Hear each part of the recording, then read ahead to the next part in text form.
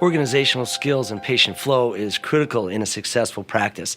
The busier you are, the more important it is to run smoothly and effortlessly. So one of the things that we designed to practice over time, and quite frankly by accident, was what we call now the adjustment pathway. And I teach members and I teach chiropractors all over the country about the adjustment pathway.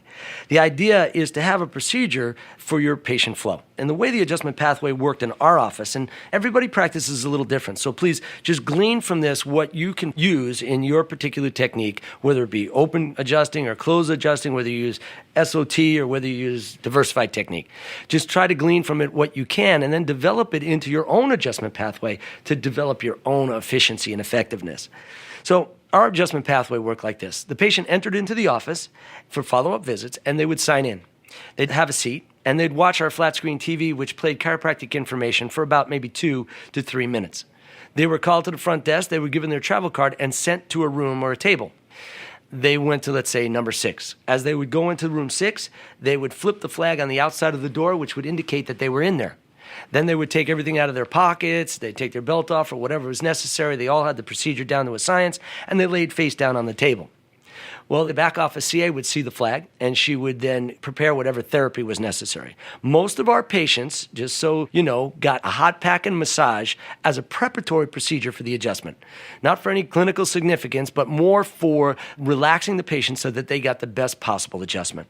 So whether she did the hot pack and massage or whether she did some other therapy, that's what we did in our office next. We did the therapy first and the adjustment last. And there is a reason for that. One, of course, as I mentioned, is to prepare them for the adjustment, but also we want them to leave the practice. Their last impression should be that of the adjustment. So the CA comes in and applies the therapy. Maybe a hot pack on the neck, one on the low back, for about 2, 3, 4 minutes. That's it. And then she runs a vibratory massager on them, just gives them a real nice massage and gets them relaxed. For some patients, this will be the most relaxing moment they have in the day. And it's really critical that the adjustment, their visits to your office, is the highlight of their day.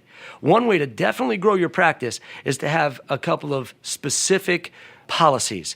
The policy of a help attitude for your staff and yourself, the doctors, a policy for every patient to leave better than they walked in, and a policy that they should feel like they got more than they paid for. And these procedures through the adjustment pathway all address those particular policies. So after the hot pack and the massage, then the CA flips the flag saying that the patient is ready for the doctor. Now, when the doctor walks in, this is where the actual adjustment pathway starts, and it goes like this.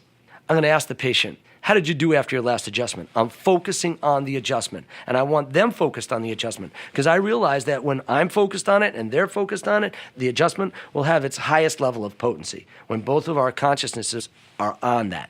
So how did you do after your last adjustment? They're going to answer better, worse, or same. If they answer better, I'm going to say the same thing for all 3 questions, or all 3 responses, I should say. But they say, oh, doc, I'm a whole lot better. Okay, face down, let's check you. Doc, I'm about the same. All right. Face down, let's check you. Oh man, I am so much worse. I am sore all over. All right, face down, let's check you. And now I'm gonna check their spine with very focused laser present time consciousness. I'm gonna be 100% focused on what I'm doing as I palpate through their spine. And I want them to kinetically connect my palpation with the subluxation. In other words, they're gonna feel it. They're gonna feel it every time I place my hands and palpate their subluxation. They're gonna feel it being uncomfortable. They're going to feel the tension. And I want them to cognate it because I want their focus there. And of course, I need to know that information as well. So I palpate, I examine the spine, and then I go and I palpate, adjust, palpate, adjust, palpate, adjust. In other words, I go through my adjustment procedures. Once I've adjusted them from head to toe or whatever I'm going to do, I sit them up and I recheck their spine. I check their cervical, thoracic, and lumbar spine. The idea here is certainly to glean some information for myself, but more importantly, to give closure to the procedure for the patient. So after I've checked their spine, they're seated and I'm standing and I'm facing them. I take my right hand and I literally pat them on the left shoulder, look at them square in the eyes, and I say, great adjustment, good job, Bob. I give them credit. And the reason I want to give them credit is 1, I want to show my own humility, but 2, I want them to be involved and take responsibility for their health and their optimum function. After I have said to them, great job, great adjustment, I use my first PVA skill. You need to see me on Wednesday. And I shake my head up and down and get an acknowledgement for that next appointment. Then what I'm going to do is I'm going to ask a question.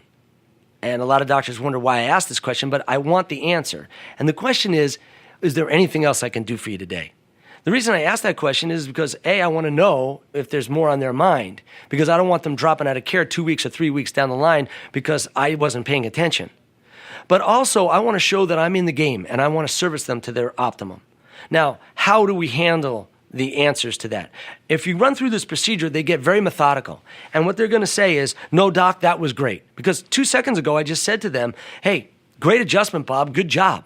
So what are they going to say now? No, it wasn't? So what I'm telling you is that it's a natural process. And so the next step is there anything else I can do for you today? They come back 95% of the time with, no, doc, that was great. For the 5% that actually say, yeah, actually there's this or that or this or that, I just say to them this, listen, okay, let's see how this adjustment works. And when you come back in on Wednesday, if it's still an issue for you, bring it up first thing and we'll handle it. This way we get an opportunity to see how the adjustment works, and we also get an opportunity to continue to move in a forward direction with their pathway. The next thing I say to them is, I'll see you on Wednesday, and I leave. Now the patient goes out the door, and guess what the front desk says? The front desk also says, see you on Wednesday, Bob. So their next appointment is reiterated 3 times on each visit. They're also asked if there was anything else we could do, which shows that we're in the game, and we focus on the adjustment, which is the most important factor that we do during the adjustment pathway. And that is the adjustment pathway that helps you with patient flow. Like I said, everybody does it a little bit differently, but hopefully you can glean something from that to polish up your patient flow.